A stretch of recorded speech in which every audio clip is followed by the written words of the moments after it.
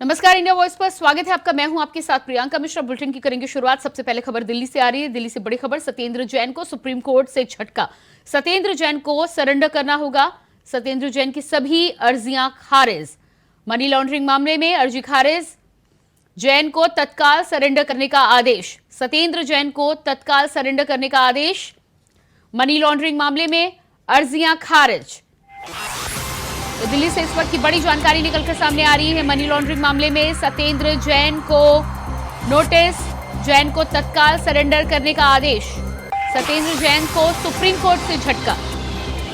सत्येंद्र जैन को supreme court से झटका, तत्काल सरेंडर करने के आदेश। मनी लॉन्ड्रिंग मामले में सभी अर्जियां खारिज।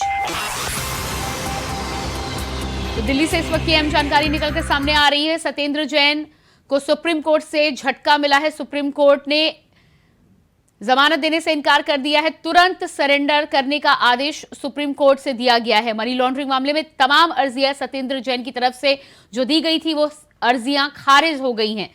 सत्येंद्र जैन को सरेंडर करने का आदेश। और इसी खबर पर हमारे साथ दिल्ली से संवाददाता अजय चौहान लाइव जुड़ चुके हैं। जी अजय, सत्येंद्र जैन को जिस तरह से तुरंत सरेंडर करने का आदेश कोर्ट के द्वारा दिया गया है और उनकी अर्जी को खारिज कर दिया गया है। आम आदमी पार्टी मंत्री पहले बोल थे, लेकिन उनको लगातार स्वास्थ्य की समस्या थी। उसको लेकर के सुप्रीम कोर्ट ने इनको पैरोल पर छोड़ा गया था। करीब 10 महीने इनको बाहर पैरोल पर थे, लेकिन आज सुप्रीम कोर्ट ने इनकी याचिकाओं को सारी खारिज कर देगा और तत्काल इन्हें सरेंडर करने को कहा गया है। यानी कि आज ही इनको सरेंडर भी करना होगा, क्योंकि लगातार जो सुप्रीम कोर्ट के इनका आरोप है, इनके कई मंत्री हैं, लगातार केजरीवाल को भी नोटिस भेज दिया गया है। साथ साथ में ये बात करें, सत्येंद्र जैन चाहते थे कि अभी जब स्वास्थ्य सही नहीं चल रहा है, मुझे और आगे की पैरोल दिया जाए, लेकिन सुप्रीम कोर्ट ने संज्ञान लिया और कहा कि अगर स्वास्थ्य की बात करें ये कैसी, लेकिन आपको आज सरेंडर करना ही होगा। तो देखिए, आम आदमी पार्टी के कई नेताओं को ये झटका लगा है और वहीं मुखिया को भी झटका लगा है। देखना ये होगा कि आखिरकार ये सत्येंद्र जैन किस समय अपने आप को सरेंडर करेंगे, क्योंकि इन्हें तत्काल जेल जाने के लिए कहा गया है। जी बिल्कुल, तो जिस तरह से तुरंत सरेंडर करने की बात कही गई है, वहीं दिल्ली के सीएम अरविंद केजरीवाल को भी सम्मन दिया गया है, जिसमें उन्होंने पेश होने से इनकार कर दिया है। बिल्कुल, देखिए आदित्य से बयान आया कि अरविंद केजरीवाल को ये नोटिस नहीं है, गिरफ्तार करने की रखी जा रही है कि अभी सुनवाई होने नोटिस 30 तारीख को भी इनको पेश होना है, लेकिन उससे फिर नोटिस। तो कहीं ना कहीं अब राजनीति हो गई है कि अरविंद केजरीवाल का जो कुनुमा है उसको किसी भी तरह से जेल में भेजा जाए और अरविंद केजरीवाल को भी जेल में भेजा जाए।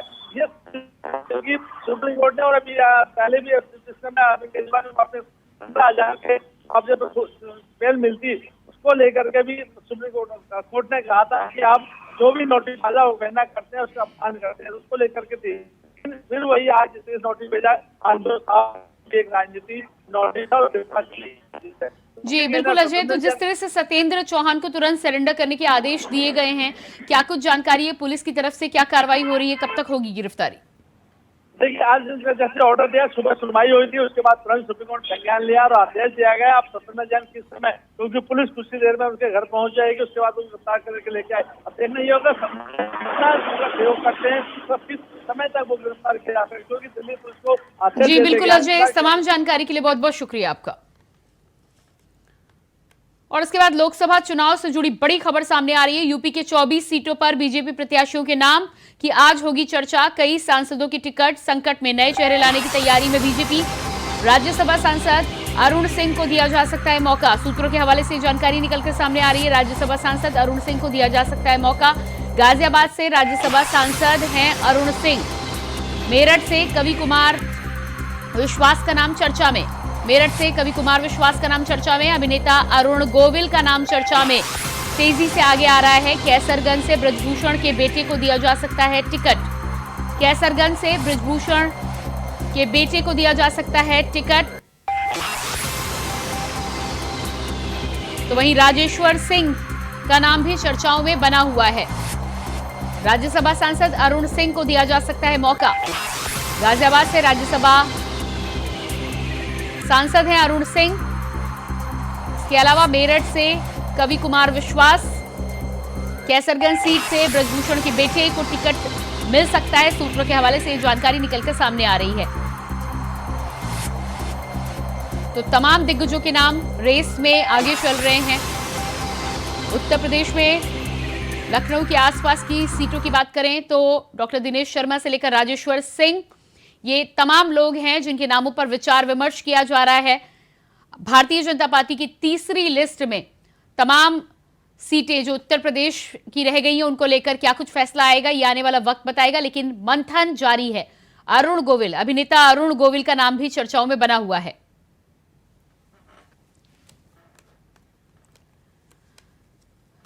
तो जिस तरह से भारतीय जनता पार्टी के 51 प्रत्याशी उत्तर प्रदेश में 80 सीटों के लिए घोषित हो चुके हैं, ऐसे में बाकी बची सीटों पर मंथन तेजी से चल रहा है। और इसी खबर पर हमारे साथ लखनऊ से संवाददाता कृष्णा मिश्रा लाइव जुड़ चुके हैं। जी कृष्णा, जिस तरह से उत्तर प्रदेश में बाकी बची सीटों को लेकर मंथन तेजी से चल रहा है, अलग अलग नाम अलग अलग गलियारों में तैरते हुए नजर आ रहे हैं, क्या लग रहा है आपको? सूत्रों के हवाले से जो जानकारी है उस पर पुख्ता तौर पर मुहर कब तक लग सकती है? देखिए प्रियंका, जिस तरीके से भारतीय जनता पार्टी ने 51 जो है अपने लोकसभा प्रत्याशियों के नाम घोषित कर दिए हैं, 24 सीटों पर आज जो है उनकी बैठक भी चल रही है, जिसमें 6 सीटों पर लगातार जो है वो संशय बना हुआ। अगर छह सांसदों की बात करें तो उसमें ब्रजभूषण शरण सिंह, रीता बहुगुणा जोशी, मेनका गांधी, वरुण गांधी और समेत जो है तमाम ऐसे नेता हैं जिन पर अभी भारतीय जनता पार्टी किसी तरीके से कोई भी विचार करने में अभी सक्षम नहीं दिखाई पड़ रही है। भारतीय जनता पार्टी लगातार जो है इन सीटों पर नए चेहरे की भी तलाश कर रही है, तो वहीं पर कोशिश ये भी कर रही है कि कैसे इन जो है किन नेताओं को टिकट दिया जाए जो भारतीय जनता पार्टी की नीतियों के आधार पर काम करें। अगर बात करें ब्रजभूषण शरण सिंह की, तो अपने विवादित बयानों को लेकर लगातार ये चर्चा में बने रहे हैं। वहीं पर अगर दूसरा नाम अगर सामने निकल के आता है तो जो विवादित बयानों के दौर में से निकलते हैं तो वो वरुण गांधी हैं। वरुण गांधी भी लगातार जो है अपने विवादित बयानों को लेकर पार्टी की नीतियों के खिलाफ बयान देकर और पार्टी को लगातार जो है कहीं ना कहीं जो है नुकसान पहुंचाने का ही काम कर रहे थे। तो वही इन तमाम जो ये 24 सीटों पर आज जो चर्चा हो रही है, इसमें जो 6 ऐसी सीटें हैं जिन पर भारतीय जनता पार्टी अभी कोई जो है फैसला लेने में जो सक्षम नहीं दिखाई पड़ रही है। तो वहीं पर अगर बात करें डॉक्टर दिनेश शर्मा की, तो डॉक्टर दिनेश शर्मा को कानपुर से मौका दिया जा सकता है। जो विधायक हैं, विधायक राजेश्वर सिंह का भी नाम चर्चाओं में है कि राजेश्वर सिंह को भी लोकसभा चुनाव लड़ाया जा सकता है। जी बिल्कुल। तो अलग अलग जगहों से जो नाम चर्चा में आ रहे सूत्रों के हवाले से जानकारी निकलकर सामने आ रही है, लेकिन तीसरी लिस्ट की बात की जाए तो मंथन अभी जारी है। क्या लगता है आपको, कब तक तीसरी लिस्ट सामने आ सकती है और कब तक ये तमाम जो सूत्रों के हवाले से जानकारी इस पर मुहर लगना तय माना जा रहा है? अगर बीजेपी के नेताओं की बात करें, उनसे जो उनके सूत्र जो बताते हैं वो ये है कि आज से लेकर कल भर में जो है इनकी जो तीसरी लिस्ट वो घोषित हो जाएगी। और जो ब्रजभूषण शरण सिंह है, उनके बेटे का नाम जो है सबसे आगे चल रहा है कि ब्रजभूषण शरण सिंह का टिकट काट के और जो गोंडा सदर विधानसभा से विधायक हैं प्रतीक सिंह को लोकसभा चुनाव लड़ाया जा सकता है। तो जो तीसरी लिस्ट है उनकी, वो तीसरी लिस्ट आज बैठक चल रही है। बैठक के बाद जो है ये कयास लगाया जा रहा है कि बैठक के बाद भारतीय जनता पार्टी आज से लेकर के और कल दोपहर तक तीसरी लिस्ट अपनी घोषित कर सकती है। जी बिल्कुल। जिस तरह से कभी कुमार विश्वास का नाम मेरठ से चर्चाओं में चल रहा है, क्या कुमार विश्वास की तरफ से भी कोई बयान निकलकर सामने आया है? क्या तैयार हैं वो, हामी भरी है? अभी तक कुमार विश्वास ने अपने एक्स से लेकर और अभी किसी सोशल मीडिया प्लेटफॉर्म पर ऐसी कोई जानकारी नहीं दी है कि कुमार विश्वास भारतीय जनता पार्टी के तरफ से चुनाव लड़ने के लिए तैयार हैं। लेकिन कयास ये लगाया जा रहा है कि कहीं ना कहीं जो भारतीय जनता पार्टी का शीर्ष नेतृत्व है वो लगातार कुमार विश्वास के संपर्क में बना हुआ है और कुमार विश्वास को भारतीय जनता पार्टी मेरठ सीट से चुनाव लड़ा सकती है।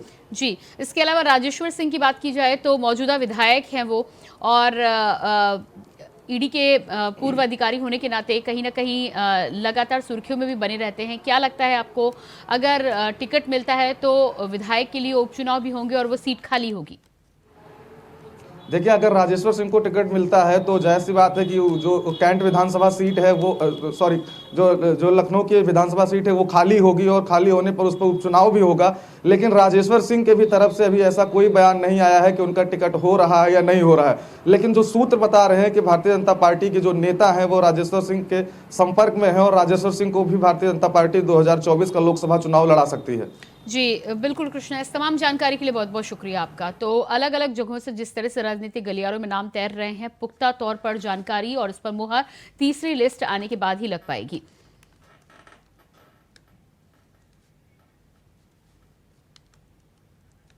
तो मेरठ से लेकर गाजियाबाद और लखनऊ की सरोजनी नगर सीट से लेकर कई सीटों पर विचार विमर्श और मंथन चल रहा है। सूत्रों के हवाले से जानकारी और नाम निकलकर सामने आ रहे हैं, लेकिन पुख्ता तौर पर ना तो इन कैंडिडेट्स की तरफ से ना पार्टी की तरफ से इन नामों पर अभी तक कोई भी मुहर या बयान सामने आया। अब देखना ये होगा कि तीसरी लिस्ट जब निकलकर सामने आती है तब बीजेपी किन उम्मीदवारों के नामों पर फाइनल मुहर लगाती है। और इसी खबर पर दिल्ली से हमारे साथ संवाददाता अजीत कुमार भी जुड़ चुके हैं। जी अजीत, अलग अलग उत्तर प्रदेश की सीटों को लेकर जिस तरह से अलग अलग नाम सूत्रों के हवाले से सामने आ रहे हैं, क्या कुछ है ये तमाम नाम जो लिस्ट में आगे चल रहे हैं, इनको लेकर क्या जानकारी निकलकर सामने आ पा रही है? ये खबर कितनी पुख्ता नजर आ रही है? और देखिए प्रियंका, बिल्कुल बताना चाहूंगा, इस समय भाजपा हर तरीके से उम्मीदवारों पर मंथन कर रही है और आखिरकार उन उम्मीदवारों की तलाश में लगी हुई है जो सीट को निकालने में कामयाब हो पाए। जिस तरीके से अकेले अगर मैं भाजपा की बात करूं तो अकेले भाजपा ने 370 पार का नारा दिया है। वहीं एनडीए का अगर मैं बात करूं तो एनडीए का जो नारा है वो 400 पार का नारा है। तो किस तरीके से उतनी सीट को हासिल करना है, उतनी सीट पर जीत दर्ज करनी है, इसी चीज को देखते हुए भाजपा हर बार अलग अलग तरीके से मंथन कर रही है और उन प्रत्याशियों को देख रही है कि जो वास्तव में उस सीट को निकालने में कितना कामयाब है।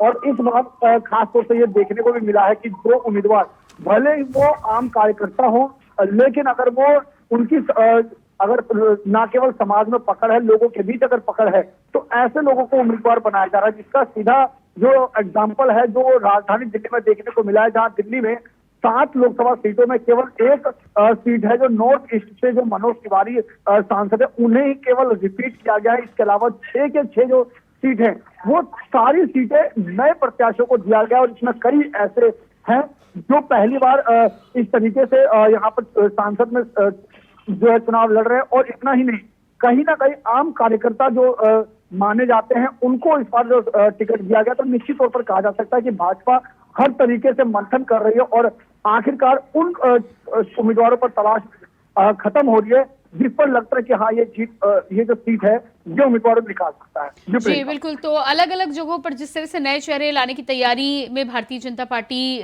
का आला कमान इस समय लगा हुआ है, मंथन लगातार जारी है। गाजियाबाद की बात करें, मेरठ की बात करें, लखनऊ की सरोजनी नगर सीट की बात करें, या फिर अभिनेताओं में अरुण गोविल का नाम भी सामने आ रहे हैं, तो तमाम नए चेहरों को लाने की जो कवायद और भारतीय जनता पार्टी जिस तरह से हमेशा अपने फैसलों से कहीं ना कहीं अप्रत्याशित फैसलों से सभी लोगों के सामने एक सरप्राइज के तौर पर नाम लेकर आती रहती है, तो नए चेहरों की ये जो बात आ रही है, चर्चाएं जिन पर चल रही है, क्या यही चेहरे सामने आएंगे या और नाम भी चर्चा में बने हुए हैं? और देखिए प्रियंका, नाम एक सीट पर कई नाम है जो चर्चा में बने हुए हैं। कम से कम 3 से 4 नाम है जो एक एक सीट पर चर्चा में बने हुए हैं। अब ऐसे में देखना ये होगा कि अंतिम रूप में क्या फाइनल होता है, क्योंकि अभी ये कह पाना शायद जल्दबाजी होगा। लेकिन जिस तरीके से भाजपा अपने घोषणा से हर बार लोगों को चौंकाने का काम करती है और अलग अलग सीटों पर अलग अलग उम्मीदवारों के नाम जिस तरीके से अभी हाल ही में देखने को मिला कि दूसरी सूची में भी जब जिस तरीके से जहां एक और कयास लगाए जा रहे थे कि नितिन गडकरी जिनका नाम हो सकता है इस बार ना आए, लेकिन उनको एक बार फिर से रिपीट किया गया। वहीं एक दिन पहले मुख्यमंत्री से पद से इस्तीफा दिए मनोहर लाल खट्टर को करनाल से सीट दी गई।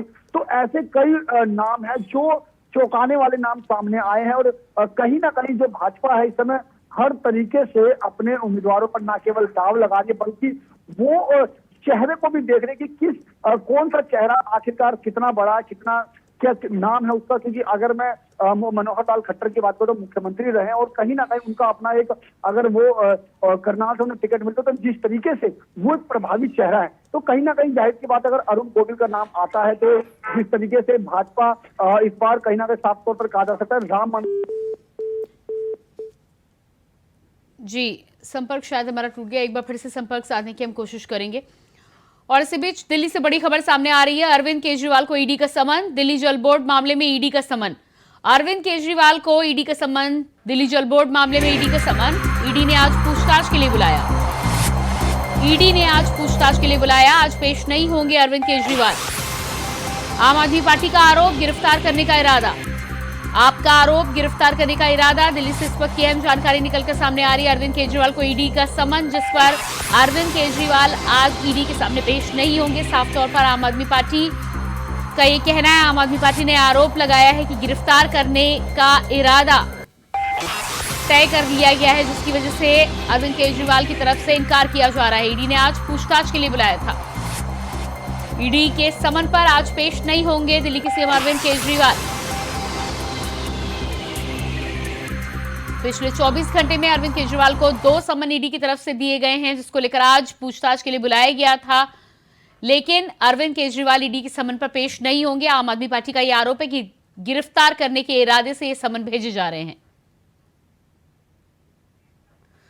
और इसी खबर पर हमारे साथ दिल्ली से संवाददाता अजीत कुमार लाइव जुड़े हुए हैं। जी अजीत, जिस तरह से दिल्ली के सीएम अरविंद केजरीवाल को लेकर आज ईडी का समन था, समन पर बुलाया था, लेकिन दिल्ली के सीएम अरविंद केजरीवाल आज पेश नहीं हो रहे। बिल्कुल प्रियंका, बताता हूँ एक बार फिर से जिस तरीके से लगातार मुख्यमंत्री अरविंद केजरीवाल की जो मुश्किलें हैं वो बढ़ती जा रही है, जहां एक और कथित तौर पर शराब घोटाले के मामले में 9 समन ईडी की तरफ से जारी कर चुके हैं। 9वां समन जो 21 तारीख को पेशी होने के लिए बुलाया गया है। तो वहीं बीते दिनों अरविंद केजरीवाल को एक और ईडी की तरफ से समन गया है, जिसमें दिल्ली जल बोर्ड से जुड़े घोटाले का आरोप लगाते हुए आज यानी कि 18 मार्च को बुलाया गया था, जिसमें मुख्यमंत्री अरविंद केजरीवाल की तरफ से साफ तौर पर पेश होने से मना कर दिया। और इसे एक बार फिर से, जैसा कि हर बार उन्होंने जवाब दिया कि जो ये नोटिस है गैर कानूनी है और केवल साजिश के तहत उन्हें गिरफ्तार करने की जो साजिश है उसी के तहत परेशान किया जा रहा है। और ऐसा एक बार फिर से उन्होंने गैर कानूनी नोटिस करार देते हुए ईडी के सामने पेश होने से मना कर दिया। हालांकि प्रियंका, इसमें एक बात मैं जरूर जोड़ना चाहूंगा, क्योंकि जब नोटिस जारी हुआ था उससे एक दिन पहले खुद मुख्यमंत्री आम आदमी पार्टी ने साफ तौर पर कहा था कि एक और नोटिस जो है वो उनकी ईडी की तरफ से जारी होने वाला है। और आखिरकार देखने को भी मिला जब दिल्ली जल बोर्ड के जो घोटाले के मामले में मुख्यमंत्री अरविंद केजरीवाल को ये एक और नोटिस भेजा गया। फिलहाल अगर मैं आज की बात करूं तो आज साफ तौर पर जो दिल्ली जल बोर्ड से जुड़े मामले में आज 18 तारीख को जो बुलाया था ईडी ने, उसमें साफ तौर से पेश होने को मना कर दिया। हालांकि अभी 21 तारीख को एक और जो आबकारी घोटाले के मामले में जो बुलाया गया है, उसमें देखना ये होगा कि क्या मुख्यमंत्री 21 तारीख को ईडी के समक्ष पेश होते हैं या जी बिल्कुल। तो जिस तरह से लगातार समन पे समन भेजे जा रहे हैं, आम आदमी पार्टी का ये आरोप है कि ये समन गिरफ्तारी के इरादे से भेजे जा रहे हैं।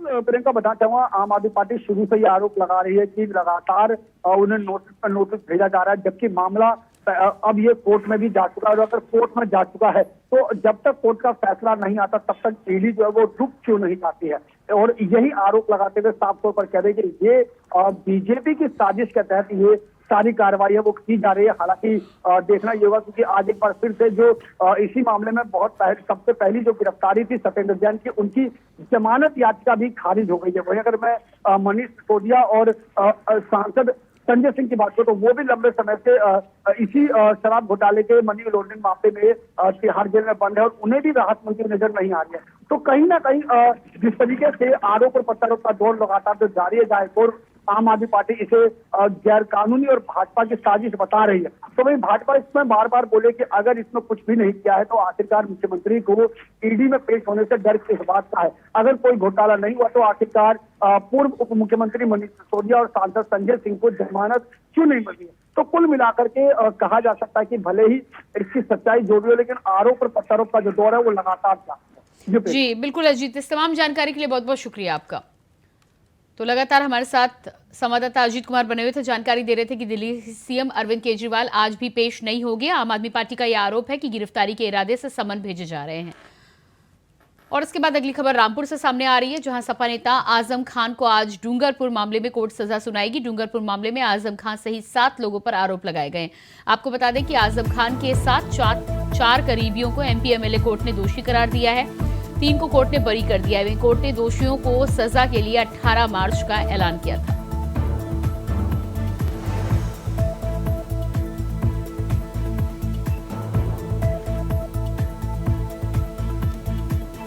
घर में घुसकर मारपीट के मामले में आजम खान समेत उनके 4 साथियों को कोर्ट आज सुनाएगी सजा। सपा नेता आजम खान को आज कोर्ट सुनाएगी सजा। अगली खबर फतेहपुर से है, जहां नकाबपोश बदमाशों ने चलती बाइक में महिला की जेवरात छीने। बता दें कि बाइक सवार महिला समेत 2 बच्चे सड़क पर गिर गए। वहीं पीड़ित महिला के पति ने बदमाशों का पीछा किया। ग्रामीणों की मदद से बदमाश पकड़े गए। घटना बकेवड़ थाना क्षेत्र के डारी खुर्द गांव के समीप सकूरा की बताई जा रही है।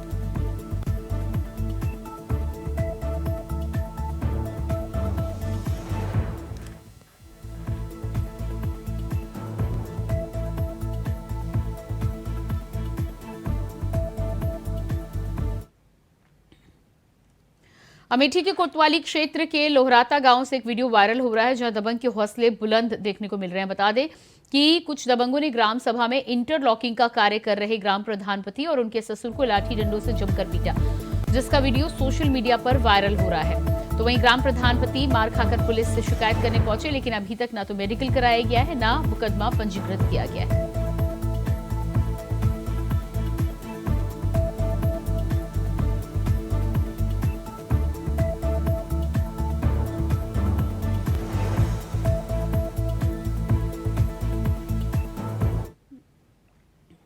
लखनऊ में आचार संहिता लागू होने के बाद प्रशासन अलर्ट मोड पर दिखाई दे रहा है। बता दें कि आचार संहिता तोड़ने वालों पर नजर रखने के लिए टीमें तैनात कर दी गई हैं। साथ ही 93 टीमों का गठन भी किया गया है। बता दें कि जिला निर्वाचन अधिकारी सूर्यपाल गंगवार ने लोकसभा चुनाव के मद्देनजर टीम तैयार की है। साथ ही तय निर्देशों का पालन कराने के आदेश दिए हैं और बताया गया है कि टीमें राजनीतिक दलों और प्रत्याशियों पर आचार संहिता उल्लंघन पर कार्रवाई करेंगी, जिसमें एक प्रभारी वरिष्ठ कार्यकारी मजिस्ट्रेट, पुलिस अधिकारी, वीडियोग्राफर, 3 या 4 सशस्त्र बल भी सम्मिलित होंगे।